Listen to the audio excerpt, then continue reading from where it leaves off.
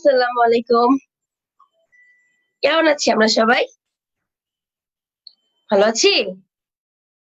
ওকে, আমি দেখতে পাচ্ছি এখনো সবাই এসে একসাথে জয়েন করেনি।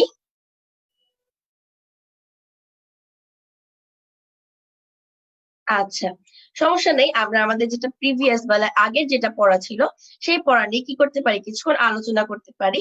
আর বাকি যারা আছে ওদের জন্য একটু কিছু সময় আমরা ওয়েট করতে পারি।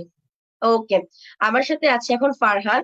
আর ইতিমধ্যে যারা ফেসবুক লাইভে আমাকে জয়েন করেছে, আমাকে দেখতে পাচ্ছ, শুনতে পাচ্ছ।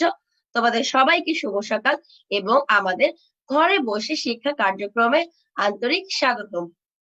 ওকে, আমার সাথে আছে ফারহান। ফারহানকে রিকোয়েস্ট করবো ও যদি ওর ভিডিওটা অন করে। যদি ফারহান ভিডিওটা অন করতে না পারো বা কোনো কারণে হয়তো দেখতে পাচ্ছ না, কিন্তু আমাদেরকে যদি শুনতে পেরে থাকো, সেক্ষেত্রে কি করবে? একটা থামস আপ দিলে হবে। ওকে, গ্রেট। আমি ইতিমধ্যে দেখছি লাইভে আমার সাথে অনেকে জয়েন করেছো। ঠিক আছে, তাহলে এই পর্যায়ে আমি একটি স্ক্রিন শেয়ার করব। আশা করি যদি স্ক্রিনটা দেখতে পাও আমাকে থামস আপ দেখাবে। ওকে, আচ্ছা। আমরা যেটা বিষয় নিয়ে আলোচনা করছিলাম সেটা কি ছিল? সেটা ছিল রাসায়নিক বিক্রিয়া। হ্যাঁ, আর আমরা জেনেছিলাম কি সম্পর্কে গত ক্লাসে? রাসায়নিক বিক্রিয়ার অন্যতম একটি বিক্রিয়া যেটা হচ্ছে সংযোজন নিয়ে। আর সংযোজন বিক্রিয়া সম্পর্কে আমরা ধারণা পেয়েছিলাম কিসের মাধ্যমে? হ্যাঁ, একটি পরীক্ষার মাধ্যমে। তাহলে চলো পরীক্ষাটার জন্য আমাদের কি কি দরকার ছিল?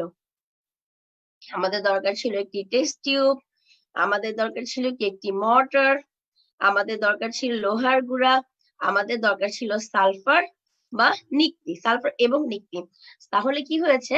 আমরা গত ক্লাসে জেনেছিলাম যে এইসব জিনিসগুলো দিয়ে কিভাবে আসলে সংযোজন বিক্রিয়া সম্পর্কে ধারণা পাওয়া যায়। ওকে, আচ্ছা। এই যে পরীক্ষাটা করার পরে রেজাল্টটা কি ছিল? রেজাল্টটা ছিল যে আমরা কি দেখতে পেয়েছি? টেস্ট টিউবে থেকে যে বস্তুটি পেলাম সেটা কি ছিল? সেটা ছিল গাঢ় ধূসর বর্ণের। এবং আমরা কি করেছিলাম? আমরা এতে হালকা হলুদ রঙের সালফার বা লোহার গুঁড়া আয়রন কোনোটাই কিন্তু দেখতে পাইনি। কেন দেখতে পাইনি? কারণ হচ্ছে আয়রন এবং সালফার কি করছে? একে অপরের সাথে মিলে সম্পূর্ণ ভিন্নধর্মী একটি নতুন পদার্থ ফেরাস সালফাইড তৈরি করেছে। যার কারণে কি হয়েছে? এই যে হলুদ কালার যে সালফার, সেটা কিন্তু আমরা আর দেখতে পাচ্ছি না। সেটা কি হয়েছে? সেটা ফেরাস সালফাইডে পরিণত হয়ে গেছে। তাহলে দেখো, এই ধরনের রাসায়নিক পরিবর্তন যেখানে একের অধিক পদার্থ কি হচ্ছে? একত্রিত হয়ে সম্পূর্ণ ভিন্নধর্মী একটি নতুন রাসায়নিক পদার্থ তৈরি করে, তাকে কি বলা হয়? সংযোজন বিক্রিয়া বলা হয়। আমি তোমাদের কিন্তু গত ক্লাসে একটা হোমওয়ার্ক দিয়েছিলাম যে সংযোজন বিক্রিয়া কাকে বলে। আমরা কি হোমওয়ার্কটা করেছি? গ্রেট। যদি না করে থাকি, যারা করিনি তারা করে নিব। ওকে, এর মধ্যে ফারহান আমাকে থামস আপ দেখাচ্ছে যে ও হোমওয়ার্কটা করে ফেলেছে। আচ্ছা, একইভাবে জিঙ্ক ও সালফারের বিক্রিয়ায় কি তৈরি হচ্ছে?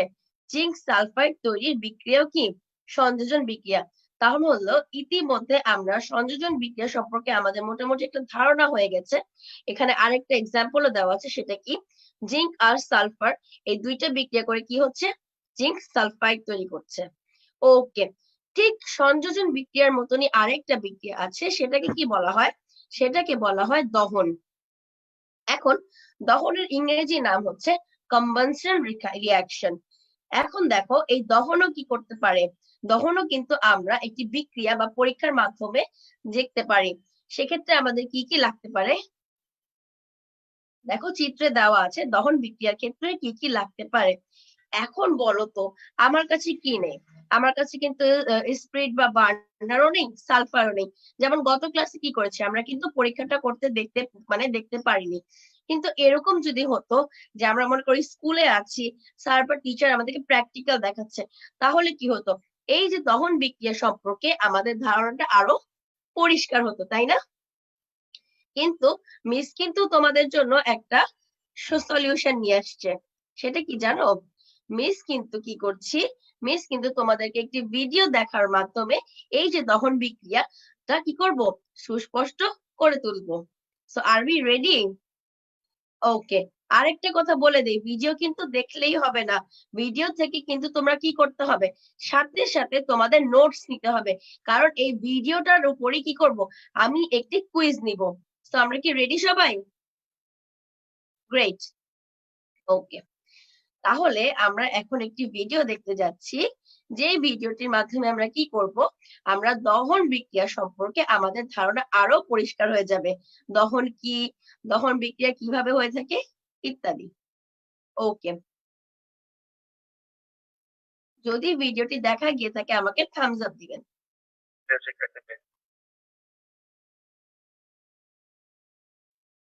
এখানে কি দেখতে পাচ্ছ? এখানে দেখতে পাচ্ছ?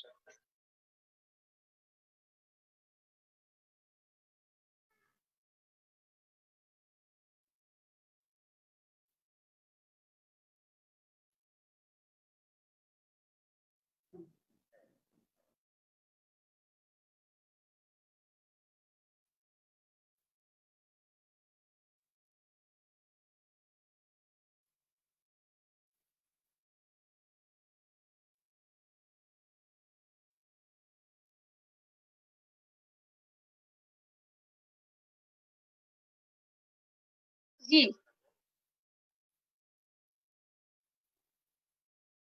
জি স্যার। শোনা যাচ্ছে না স্যার?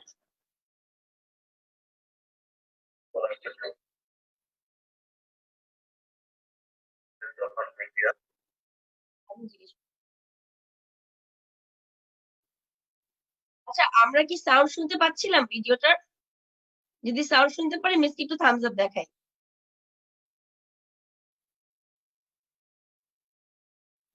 ওকে, এমডি কবির থামস আপ দেখাচ্ছে ও ভিডিওটা সাউন্ড শুনতে পাচ্ছিল। ওকে, ঠিক আছে। তাহলে আমি আবার একটু শেয়ার করে দিচ্ছি।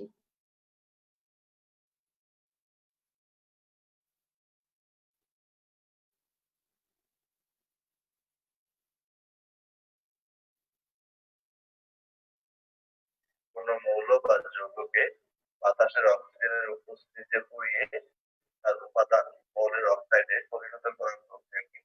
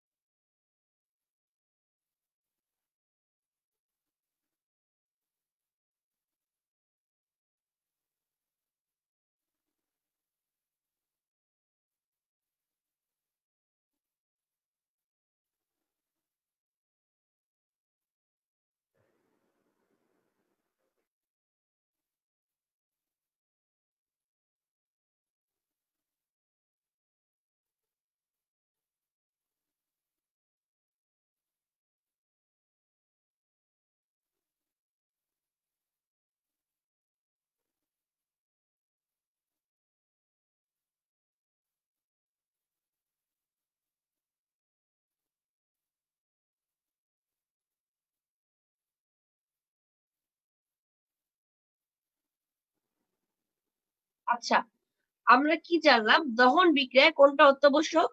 Oxygen, right? এই জিনিসটা আমরা একটু নোট করে নিব যে দহন বিক্রিয়ায় অক্সিজেন অত্যাবশ্যক। অক্সিজেনের উপস্থিতি ছাড়া দহন বিক্রিয়া কোনোভাবেই কি না? সম্ভব না। ওকে।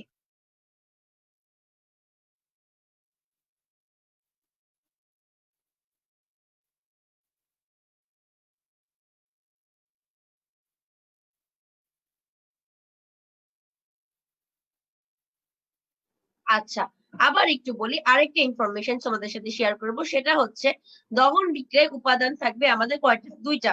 যার মধ্যে একটু আগেই আমি বলে দিলাম প্রথমটা কি হবে? প্রথমটা হচ্ছে আমাদের অক্সিজেন আর আরেকটা হচ্ছে বিক্রিয়ক পদার্থ, সেটা যেটাই হতে পারে। ওকে?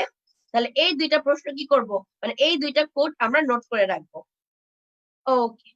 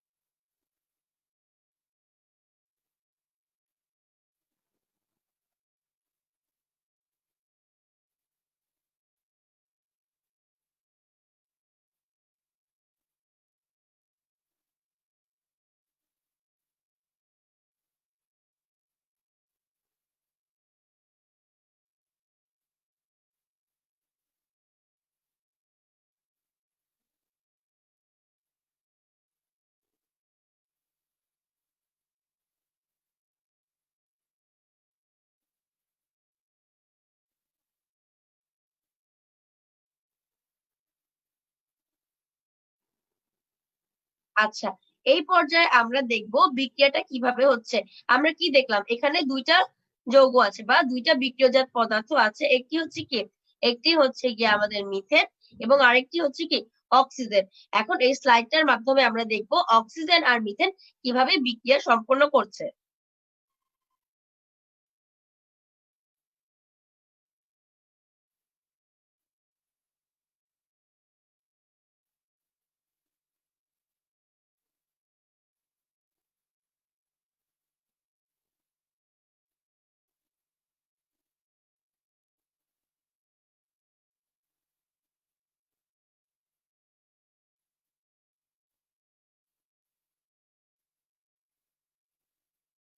ওকে, তাহলে আমরা দেখলাম যে এরা কি করলো, এরা পরস্পরের সাথে বিক্রিয়া করে দুইটা পদার্থ উৎপন্ন করলো। একটি হচ্ছে কি, একটি হচ্ছে কার্বন ডাই অক্সাইড এবং অপরটি হচ্ছে আমাদের পানি।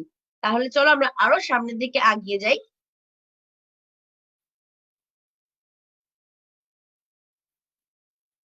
তাহলে চলো, এই যে আমরা আলোচনা করছিলাম রাসায়নিক সমীকরণ, রাসায়নিক সমীকরণটা তাহলে আমরা এটা কিভাবে প্রকাশ করব জানা যাক।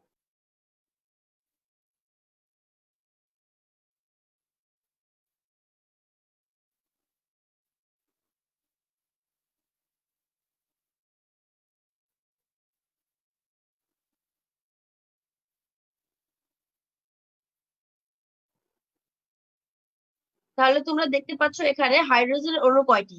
হাইড্রোজেনের অণু হচ্ছে দুইটি। তাহলে আমরা এবার বিক্রিয়াটা কিভাবে লিখবো? সমীকরণটিকে আমরা লিখতে পারছি এখানে CH4 plus 2O2 equal to কি, CO2 প্লাস 2H2O। আমি তোমাদেরকে একটু অনুরোধ করব, তোমরা এই যে সমীকরণটা খাতায় তুলে নিবে। আবার বলছি, CH4 plus O2O equal to CO2 plus 2H2O।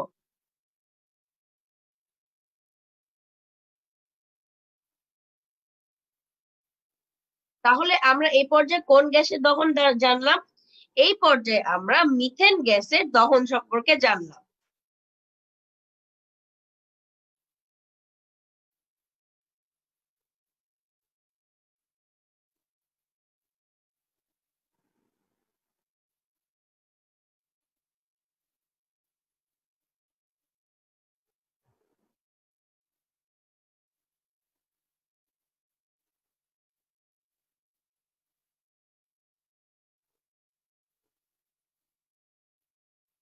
আচ্ছা, দহনের সংজ্ঞা থেকে আমরা কি জানি? দহনের সংজ্ঞা থেকে আমরা জানি যে যেই পদার্থকে দহন করা হবে তার কয়টা উপাদান থাকা অত্যাবশ্যকীয়? তার দুইটি উপাদান থাকা অত্যাবশ্যকীয়। খেয়াল করো, এখানে আমরা কাকে দহন করেছি? এখানে কিন্তু আমরা মিথেনকে দহন করেছি। আর মিথেনের দুইটা উপাদান কি? একটি হচ্ছে কার্বন এবং অপরটি হচ্ছে কি হাইড্রোজেন। তাহলে আমাকে বলো, সংজ্ঞার সাথে কি মিলেছে? হ্যাঁ। ওকে,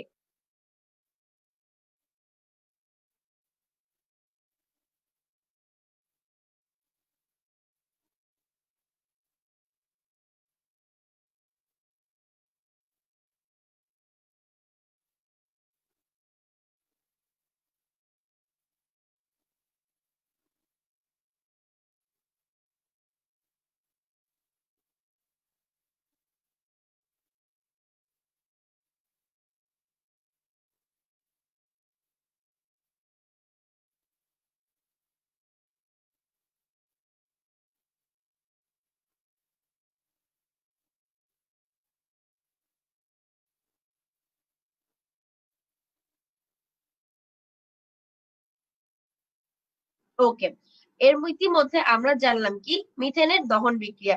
তাহলে চলো আমরা আরো কিছু রাসায়নিক বিক্রিয়ার দহন সম্পর্কে এখন জানবো। ঠিক আছে? ওকে, তার আগে আমাকে বলেন, আপনারা কি ভিডিওর সাউন্ডটা শুনতে পাচ্ছেন ক্লিয়ারলি? যদি শুনতে পান আমাকে একটু থামস আপ দেখাবেন।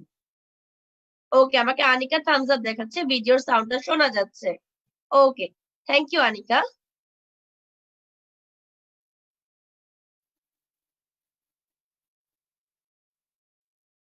ওকে, হলুদ বর্ণের যে রাসায়নিক পদার্থ, যেটা নিয়ে কিন্তু আমরা গত ক্লাসেও কাজ করেছি, সেটা কি? হ্যাঁ, সেটা হচ্ছে সালফার।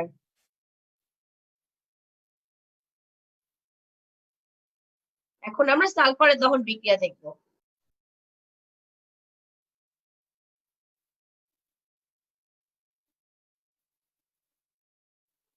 দেখো কিভাবে সালফার আসলে দহন হয় প্রকৃতিতে।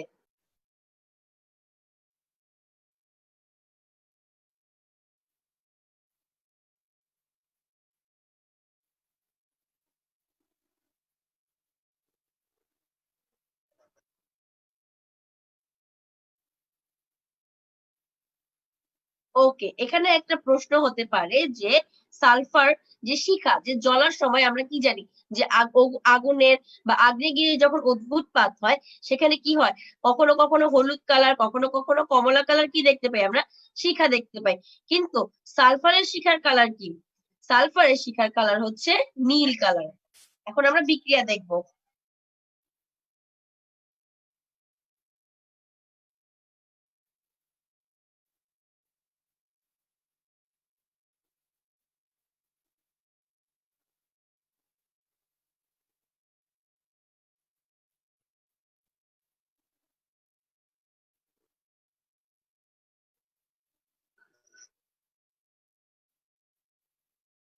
তাহলে এই সমীকরণ থেকে আমরা কি দেখতে পেলাম, সালফার এবং অক্সিজেন যুক্ত হয়ে কি তৈরি করছে, সালফার ডাই অক্সাইড তৈরি করছে।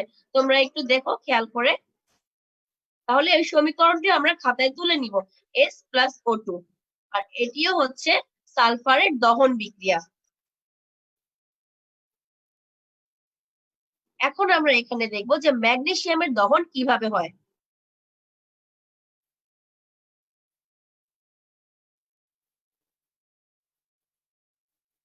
আর এখন আমরা এটাকে সমীকরণের মাধ্যমে প্রকাশ করব। খেয়াল করো, আমরা আগেই জেনেছি কি দহন প্রক্রিয়ায় যেটা সবচেয়ে গুরুত্বপূর্ণ সেটা হচ্ছে অক্সিজেন, রাইট? আর হচ্ছে আমরা যে পদার্থটাকে দহন করব সেটা। তো এর মধ্যে আমরা জেনে পেয়েছি সালফারের দহন জেনেছি, মিথেনের দহন জেনেছি, এই পর্যায়ে আমরা জানবো ম্যাগনেসিয়ামের দহন। তো দেখি ম্যাগনেসিয়াম আর অক্সিজেন বিক্রিয়া করে কি তৈরি করছে। ওকে,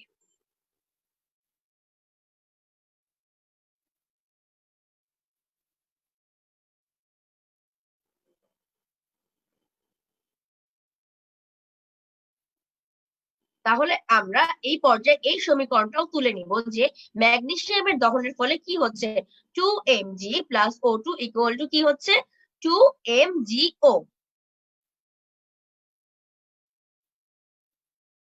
ঠিক আছে, তাহলে এটাই হচ্ছে ম্যাগনেসিয়ামের দহন বিক্রিয়া। তোমরা যদি পাঠ্য বই দেখবে যে ম্যাগনেসিয়ামের দহন বিক্রিয়া সুন্দর করে বিস্তারিত দেওয়া আছে।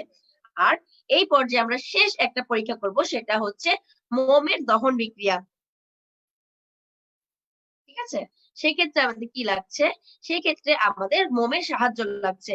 আমি তোমাদেরকে বলবো বাসায় এটা কখনোই প্র্যাকটিস করবে না, যদিও প্র্যাকটিস করো সেই সাথে যেন তোমাদের কি থাকে, তোমাদের অভিভাবকরা অবশ্যই তোমাদের সাথে থাকে। ওকে, আমরা এখানে দেখতে পাচ্ছি, দেখো যে মোম, এটা হচ্ছে মোমের কঠিন অংশ। আর এই যে দেখো কি হচ্ছে, মানে আগুনের শিখার কারণে মোমটা কিন্তু আস্তে আস্তে গলে যাচ্ছে। এখন আমরা দেখব যে এই মোমের দহন কিভাবে সম্ভব। ওকে, দেখো এখানে হচ্ছে মোমের উপাদানগুলো আমরা দিয়েছি, দেখো C20H42 প্লাস O2।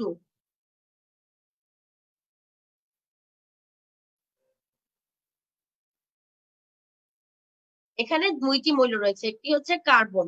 ঠিক আছে, আর মোমের দহনের বিক্রিয়ার ফলে আমরা পেয়েছি কি, কার্বন ডাই অক্সাইড আর হাইড্রোজেন।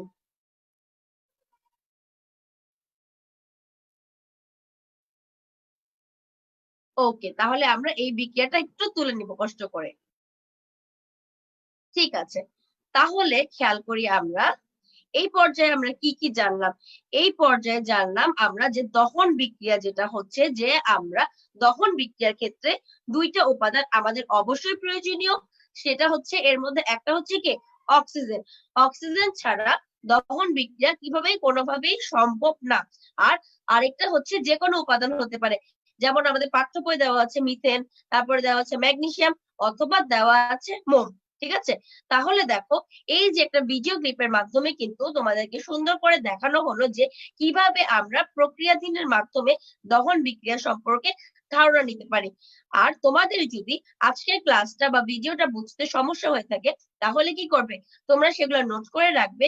নেক্সট যখন আমরা ক্লাস করব সেখানে কি করতে পারো, সেখানে আমাকে প্রশ্নগুলো করতে পারো। ঠিক আছে? তাহলে সেই পর্যন্ত আমরা কি করব, আমরা সবাই ভালো থাকবো, সুস্থ থাকবো, নিরাপদে থাকবো। আল্লাহ হাফেজ সবাইকে।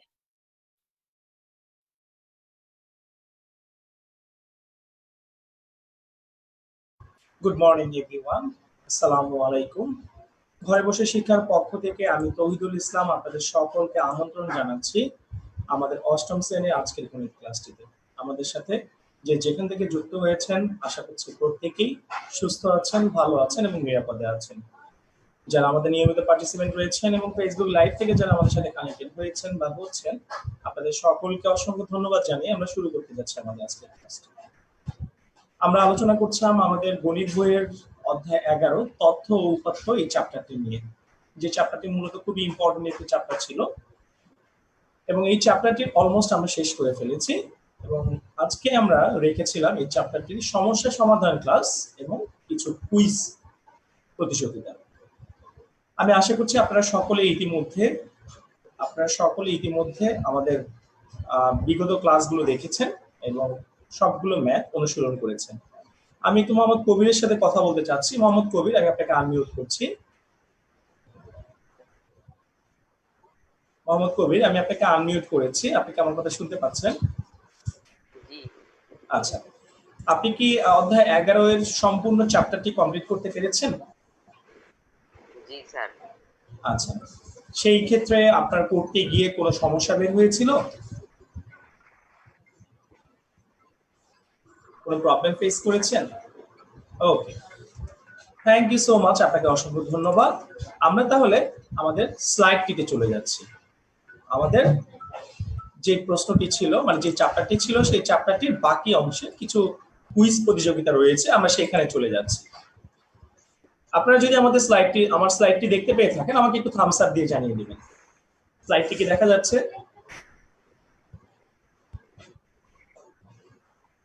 ওকে, আমি দেখতে পাচ্ছি অনেকেই রিঅ্যাকশনের মাধ্যমে আমাদেরকে দেখিয়ে দিচ্ছেন। আপনাদের সকলকে অসংখ্য ধন্যবাদ। আজকে আপনাদের জন্য আমাদের কিছু কুইজ প্রতিযোগিতা রয়েছে এই চ্যাপ্টারটির উপরে, যে চ্যাপ্টারটি আমরা ইতিমধ্যে সম্পূর্ণ ডান করে ফেলেছি সেই চ্যাপ্টারটির উপরে। প্রথম প্রশ্নটি হচ্ছে এমন: নিচের কোনটি দ্বারা শ্রেণী ব্যাপ্তি বোঝানো হয়? নিচের কোনটি দ্বারা শ্রেণী ব্যাপ্তি বোঝানো হয়? অপশনগুলো হচ্ছে এমন: উপাত্তগুলোর মধ্যে যদি প্রথম ও শেষ উপাত্তের ব্যবধান করা হয়, কিংবা উপাত্তগুলোর মধ্যে যদি শেষ এবং প্রথম উপাত্তের সমষ্টি করা হয়, কিংবা প্রত্যেক শ্রেণীর বৃহত্তম ও ক্ষুদ্রতম উপাত্তের যদি সমষ্টি করা হয়, কিংবা প্রতিটি শ্রেণীর অন্তর্ভুক্ত ক্ষুদ্রতম ও বৃহত্তম সংখ্যার যদি ব্যবধান করা হয়।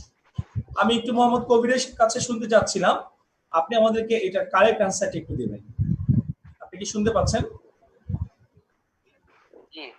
আচ্ছা, নিচের কোনটি দ্বারা শ্রেণী ব্যাপ্তি বোঝানো হয়? আমরা যদি ক্লাসগুলো করে থাকি আমরা নিশ্চয়ই পারবো। প্রত্যেক শ্রেণীর বৃহত্তম ও ক্ষুদ্রতম উপাত্তের সমষ্টি। আচ্ছা, ঠিক আছে, প্রত্যেক শ্রেণীর বৃহত্তম ও ক্ষুদ্রতম উপাত্তের সমষ্টি। আপনার একটু ভুল হয়েছে, আমি আপনাকে একটু কারেকশন করে দিচ্ছি। শ্রেণী বলতে মূলত আমরা কি বুঝি? আমরা যেমন 1 থেকে 10 কিংবা 11 থেকে 20 কিংবা 21 থেকে 30 এমন কিছু বক্সের ভিতরে শ্রেণী নিয়েছিলাম। সেই শ্রেণীর ভিতরে মূলত শ্রেণী ব্যবধান বলতে বোঝানো হচ্ছে সর্বনিম্ন শ্রেণী থেকে সর্বোচ্চ শ্রেণী পর্যন্ত যে মানগুলো, যেমন 1 থেকে 10 কিংবা 11 থেকে 20 কিংবা 21 থেকে 30 কিংবা 31 থেকে 40, এই ধরনের মানগুলোকে কিন্তু আমরা মূলত শ্রেণী ব্যাপ্তি বলে থাকি। তাহলে এই ধরনের মানগুলোকে যদি আমরা শ্রেণী ব্যাপ্তি বলে থাকি, এই জায়গায় কোন জিনিসটার সাথে আমাদের অ্যান্সারটি মিলছে? আমরা যদি একটু দেখে নেই, আমাদের অ্যান্সারটি মিলছে কিন্তু প্রত্যেকটি শ্রেণীর অন্তর্ভুক্ত ক্ষুদ্রতম ও বৃহত্তম সংখ্যার ব্যবধানটিকে। প্রত্যেকটি শ্রেণীর অন্তর্ভুক্ত ক্ষুদ্রতম ও বৃহত্তম সংখ্যার ব্যবধানকে, অর্থাৎ শ্রেণী ব্যাপ্তি মূলত জিনিসটা কি? যেমন 1 থেকে 10 লিখলাম আমরা, এখানে একটি ক্ষুদ্রতম সংখ্যা হচ্ছে 1 এবং বৃহত্তম সংখ্যা হচ্ছে 10। তাহলে এই যে 1 থেকে 10 এই সংখ্যাটার ক্ষুদ্রতম এবং বৃহত্তম সংখ্যার ব্যবধানকেই কিন্তু আমরা এই শ্রেণী ব্যাপ্তির মধ্যে মিন করছিলাম। আচ্ছা, এবার আমরা পরেরটাতে চলে যাচ্ছি। একটি শ্রেণীতে যতগুলো উপাত্ত অন্তর্ভুক্ত হয় তার নির্দেশক নিচের কোনটি? আমি আবারও বলছি, একটি শ্রেণীতে যতগুলো উপাত্ত অন্তর্ভুক্ত হয় তার নির্দেশক নিচের কোনটি? এখানে অনেকগুলো অপশন দেওয়া আছে, যেমনটা হচ্ছে গণসংখ্যা, মধ্যবিন্দু, শ্রেণীসীমা এবং ক্রমযোজিত গণসংখ্যা। আমরা নিশ্চয়ই সকলে গণসংখ্যা, মধ্যবিন্দু, শ্রেণীসীমা, ক্রমযোজিত গণসংখ্যা প্রত্যেকটি জিনিস সম্পর্কে কিন্তু আমরা জানি। আমাদেরকে বলা হয়েছে একটি শ্রেণীর ভিতরে যতগুলো উপাত্ত অন্তর্ভুক্ত থাকবে, একটি শ্রেণীর ভিতরে যতগুলো উপাত্ত অন্তর্ভুক্ত থাকবে। উপাত্ত মানে কি আমরা কিন্তু জানি। আমি আপনাদের সুবিধার্থে একটু মনে করিয়ে দিচ্ছি। উপাত্ত বলতে কিন্তু মূলত বোঝানো হয় বিভিন্ন রকমের নম্বর বা বিভিন্ন রকমের ডাটাকে, যেটি অলরেডি আমরা পিছনে করেছিলাম। তাহলে একটা শ্রেণীর ভিতরে, যেমন 1 থেকে 10 এর ভিতরে, আমি একটু উদাহরণ দিয়ে দিচ্ছি, 1 থেকে 10 এর ভিতরে কয়টি সংখ্যা রয়েছে বা কয়টি উপাত্ত রয়েছে তার নির্দেশক মূলত কোনটিকে বোঝানো হবে?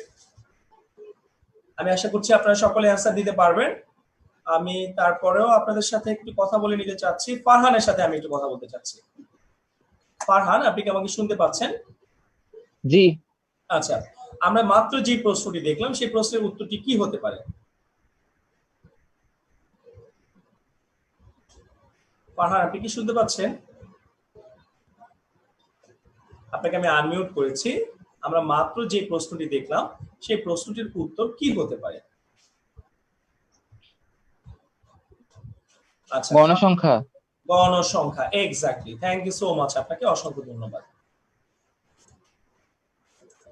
আমরা মাত্র যে সেটি দেখলাম, একটি শ্রেণীতে যতগুলো উপাত্ত অন্তর্ভুক্ত হয় তার নির্দেশককে মূলত বলা হয় ওই শ্রেণীর গণসংখ্যা। এবার চলে যাচ্ছি আমাদের পরবর্তী স্লাইডটিতে। আমরা 8, 12, 16, 17, 20 এই সংখ্যাগুলোর গড় কত? আমরা নিশ্চয়ই সকলে গড় করতে পারি। এই গড়টি আমরা একটু নিজেরা খাতায় করে স্ক্রিনে দেখাবো খুব ঝটপট। এই গড়টি আমরা নিজেরা খাতায় করে আমরা স্ক্রিনের সামনে ধরবো। 8, 12, 16, 17 এবং 20 এই 5টি সংখ্যার গড় করলে গড়টি আমাদের কত হচ্ছে? আমি রিকোয়েস্ট করব, যদি আপনাদের কারো হয়ে যায় আপনারা একটু কমপ্লিট করে অবশ্যই স্ক্রিনে ধরবেন। আমরা নিশ্চয়ই জানি গড় বের করার সঠিক নিয়মটা কি। সবগুলো সংখ্যাকে যোগ করতে হবে এবং সেই যোগফলকে যে কয়টি সংখ্যা থাকে সেটি দ্বারা ডিভাইড করতে হবে। এখানে যদি আমরা 8, 12, 16, 17, 20 এই 5টি সংখ্যা যোগ করব এবং সেটিকে 5 দ্বারা ডিভাইড করব। আচ্ছা, হয়তো আপনাদের সমস্যা হচ্ছে, আমি আপনাদেরকে অ্যান্সারটি দেখিয়ে দিচ্ছি। যদি আমরা 8, 12, 16, 17, 20 এই 5টি সংখ্যাকে যোগ করে সংখ্যাগুলোর সমষ্টিকে 5 দ্বারা ডিভাইড করে দেই, আমাদের অ্যান্সারটি চলে আসবে 14.6। যে নিয়মগুলো কিন্তু আমরা অলরেডি পিছনের ক্লাসগুলোতে করে এসেছি। তো আশা করছি সকলের পারার কথা। ফেসবুক লাইভ থেকে আমাদের সাথে যারা কানেক্টেড হয়েছেন বা রয়েছেন, আপনারা যদি আমাদের উত্তরগুলো জানাতে চান অবশ্যই কমেন্ট বক্সের মাধ্যমে জানিয়ে দিতে পারেন। এর পরের প্রশ্নটি হচ্ছে 10, 12, 14, 18, 19, 25 এই সংখ্যাগুলোর মধ্যক কত? 10, 12, 14, 18, 19, 25 এই সংখ্যাগুলোর মধ্যক কত? আমরা নিশ্চয়ই সকলে মধ্যক নির্ণয় করার নিয়মগুলো অলরেডি জানি। আমি একটু মোহাম্মদ কবিরের কাছে যাচ্ছি। মোহাম্মদ কবির, আমি আপনাকে আনমিউট করছি। আপনার কাছে একটা আনমিউটের রিকোয়েস্ট যাচ্ছে। আমাদের এখানে যে সংখ্যাগুলো দেওয়া রয়েছে এই সংখ্যাগুলোর মধ্যকটি কত হবে সেটি আপনি একটু আমাদেরকে বলবেন। মধ্যক নির্ণয় করার নিয়ম নিশ্চয়ই আমরা জানি। কবির, আমরা কি জানি মধ্যক নির্ণয় করার নিয়ম? আচ্ছা, তাহলে এইখানে যে আমাদের 6টি সংখ্যা দেওয়া আছে এই 6টি সংখ্যার মধ্যক নির্ণয় করলে আমরা কি পাবো? 14 যোগ 18 হ্যাঁ, তারপর divided 2। Exactly, thank you so much, আপনাকে অসংখ্য ধন্যবাদ। এটা হচ্ছে আমরা দেখতে পাচ্ছি 1, 2, 3, 4, 5, 6 6টি সংখ্যা রয়েছে এবং আমরা সকলে কিন্তু জানি যদি 6টি সংখ্যা থাকে অর্থাৎ জোড় সংখ্যক নাম্বার থাকে প্রথম দিক থেকে আমরা যে সংখ্যক নাম্বার নিব লাস্টের দিক থেকে ঠিক ওই সংখ্যক নাম্বারকে আমরা বাদ দিব। অর্থাৎ প্রথম দিকে 10 এবং 12, শেষের দিকে 19 এবং 25কে আমরা বাদ দিয়ে দিব। তাহলে মাঝখানে থাকছে কি আমাদের 14 এবং 18। আমরা যদি এই 14 এবং 18কে যোগ করি এবং সেটিকে 2 দ্বারা ডিভাইড করি, তাহলে আমরা এই দুটো সংখ্যার মধ্যকটা পেয়ে যাচ্ছি, যেটি হচ্ছে 14 আর 18 যোগ করে 2 দ্বারা ডিভাইড করলে আমরা পাচ্ছি কত? 16। আমরা পেয়ে যাচ্ছি 16। 32 কে 2 দ্বারা ডিভাইড করলে আমরা পেয়ে যাচ্ছি 16। আচ্ছা, আমরা পরের কোশ্চেনটিতে চলে যাচ্ছি। এখানে একটি বক্স দেওয়া আছে, আমরা দেখতে পাচ্ছি বক্সটির ভিতরে শ্রেণী ব্যাপ্তি আছে এবং গণসংখ্যা রয়েছে। এখান থেকে আমাদেরকে একটি প্রশ্ন দেওয়া হয়েছে, উপাত্তগুলোর শ্রেণী ব্যাপ্তি মূলত কোনটি? উপাত্তগুলোর শ্রেণী ব্যাপ্তি মূলত কোনটি? ক 5, খ 10, গ 12 এবং ঘ 15। যেহেতু আমরা দেখতেই পাচ্ছি 41 থেকে 55 অনেক বড় একটি সংখ্যা, এবং এই উপাত্তগুলোর শ্রেণী ব্যাপ্তিটা মূলত কি হচ্ছে? আমি একটু ফারহানের কাছে যেতে যাচ্ছি। ফারহান, আপনাকে আমি আনমিউট করার একটি রিকোয়েস্ট দিয়েছি। ফারহান, আপনাকে আমি আনমিউটের একটি রিকোয়েস্ট দিয়েছি। এখানে উপাত্তগুলোর শ্রেণী ব্যাপ্তিটা কি হবে? 15। Exactly, thank you so much. Farhan, আমি আপনার কাছ থেকে আরেকটি কথা জানতে চাচ্ছি। এই আমরা যেই শ্রেণীগুলো দেখতে পাচ্ছি, শ্রেণীর ভিতরে যেই শ্রেণী সীমাটা রয়েছে, এই শ্রেণী সীমাকে মূলত কি ধরনের শ্রেণী সীমা বলে? বিচ্ছিন্ন নাকি অবিচ্ছিন্ন? অবিচ্ছিন্ন। অবিচ্ছিন্ন শ্রেণী সীমা বলে। ঠিক আছে ফারহান, আপনার একটু মিস্টেক হয়েছে, আমি আপনার মিস্টেকটা কারেকশন করে দিচ্ছি। আমি অলরেডি পিছনে আপনাদের ক্লাসগুলোতে বলেছিলাম যে অবিচ্ছিন্ন শ্রেণী সীমা মূলত আমরা কখন কাকে বলবো? অবিচ্ছিন্ন শ্রেণী সীমা বলবো আমরা অ্যাজ লাইক এরকম 0 থেকে 10, 10 থেকে 20, 20 থেকে 30, 30 থেকে 40, 40 থেকে 50। অর্থাৎ যেই জায়গায় আমরা শেষ করব ঠিক ওই জায়গা থেকেই বা ওই ঘর থেকেই আমরা পরের ঘরটা শুরু করব। কিন্তু যদি এমনটা হয় 1 থেকে 10, 10 এর পরে 11 থেকে 20, 20 এর পরে 21 থেকে 30, তাহলে এই ধরনের শ্রেণী সীমাকে বলা হয় বিচ্ছিন্ন শ্রেণী সীমা। এই যে আমরা দেখতে পাচ্ছি 41 থেকে 55, 55 পর থেকে নিয়ে অর্থাৎ 56 থেকে 70 পর্যন্ত এই ঘরে নেওয়া হয়েছে। তাহলে এই যে যেই ঘর পর্যন্ত ছিল তার পরের ঘর থেকে যদি আমার শ্রেণীটা শুরু হয়, এই ধরনের শ্রেণী সীমাকে কিন্তু মূলত বলা হয় বিচ্ছিন্ন শ্রেণী সীমা। কিন্তু যদি কোনো ডিফারেন্স না থাকতো বা গ্যাপ না থাকতো, যেমন 0 থেকে 10, 10 থেকে 20, 20 থেকে 30, এমনটা হলে সেটাকে আমরা বলতাম অবিচ্ছিন্ন শ্রেণী সীমা। আমরা কি এই পর্যন্ত সকলে বুঝতে পেরেছি? আমি আশা করছি সকলে বুঝতে পেরেছি। আমরা আগামী ক্লাসে একটি নতুন অধ্যায়, আপনাদের পাটিগণিতের একটি চ্যাপ্টার, মোস্ট ইম্পর্টেন্ট একটি চ্যাপ্টার, অধ্যায় 3 পরিমাপ নিয়ে আলোচনা করতে যাচ্ছি, যে চ্যাপ্টারটি খুবই গুরুত্বপূর্ণ। আজকের পর্যন্ত আমরা এখানেই বিদায় নিচ্ছি। আশা করছি আপনারা সকলে ভালো থাকবেন, সুস্থ থাকবেন, নিরাপদে থাকবেন। আল্লাহ হাফেজ।